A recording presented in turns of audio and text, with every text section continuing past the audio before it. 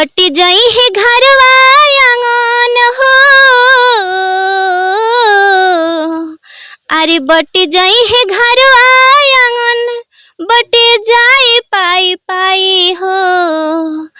अरे किकिरा में बाबू रहिए, किकिरा में माई हो, किकिरा में बाबू रहिए, किकिरा में माई हो। अरे बड़े बेटा बाप के हवे, छोटे बेटा माई के, अरे मझिला की राखी ई बात की बताई हो। अरे मझिला की राखी ई बात की बताई हो। बाबूजी के कर्जा बे है, बाबूजी के कर्जा बे लौटेम चुकाई के, जातानी कमाए दुख दूर होई माई के, जातानी कमाए दुख दूर होई माई के।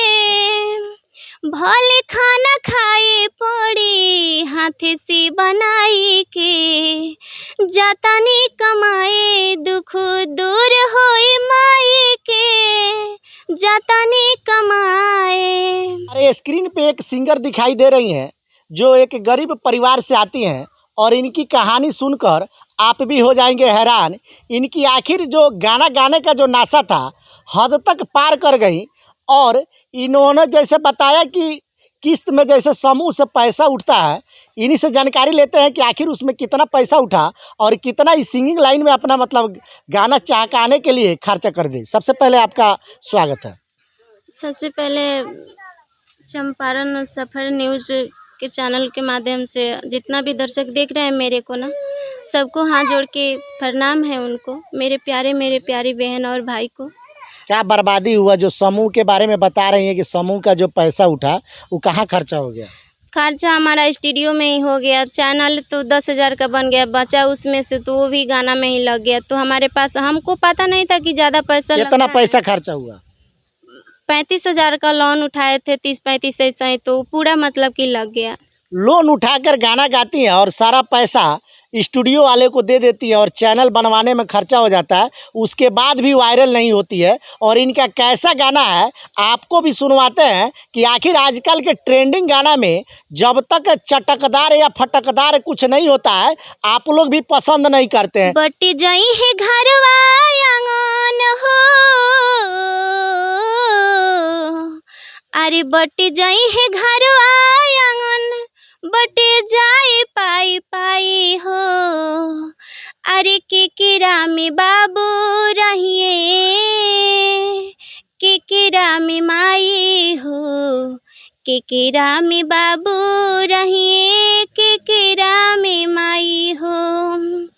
अरे बड़े बेटा बाप के हवे, छोटे बेटा माई के, अरे मझिला की राखी ई बात की बताई हो।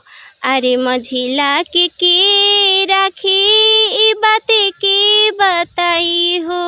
यही कि जब पापा जी मर जाते हैं तो बड़ बेटा को खोजी होता है कंधा मतलब कि उठाने के लिए, और माँ मर जाती है तो छोट बेटा का खोजी होता है। तो इसी पे गाना जो लिखा है वो लिखा है कि माझिल केकरा में रही हुई बात के बताई हो। ये तो ऐसा भी कहल जाला संगीता जी कि माझिल फाजिल में रहेला जी, ऐसा है, लेकिन हम भी तो माझिल हैं, लेकिन हमको नहीं बात तो 3 आदमी पे बड़ी सटीक करत, लेकिन जेकर 5-5 गो बेटा हुई तो हमें तो ढेर सारा लोग माझिल बा। तो ये होता है, उसमें भी बड़ा बेटा का खोजी होता है कि हाँ बड़े बेटा किधर है, जब वापसी को कुछ हो जाता है तो माँ भी को भी तो माझिल। चलिए इनका दूसरा प्यारा गाना सुनते हैं। वो कैसा है? सामाजिक गाना को आप लोग कहीं ना कहीं इग्नोर करते हैं, सपोर्ट नहीं करते हैं, तभी अश्लील मार्केट में चलता है। दूसरा गाना बताइए। बाबूजी के कर्जा बे है, बाबूजी के कर्जा बे लौटेम चुकाई के, जातानी कमाए दुख दूर होई माई के,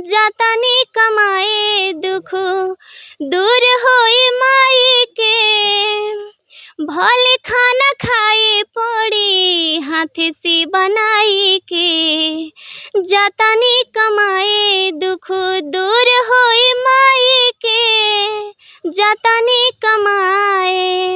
ये मजबूर माँ की कहानी है कि बेटा बाहर जाके कमाता है कि ताकि मम्मी पापा का दुख दूर हो जाए। जी, इसी पे ये गाना आधारित है। अगला जाने के हमारा जाने कोई मारे अछता के मारावा चोट लागे जाई है सोना के हमारा बड़ी बड़ी सुकुवारावा हहरता बाड़ी मड़वा में बैठी रोवेली पुका फारी के जाने के हमारा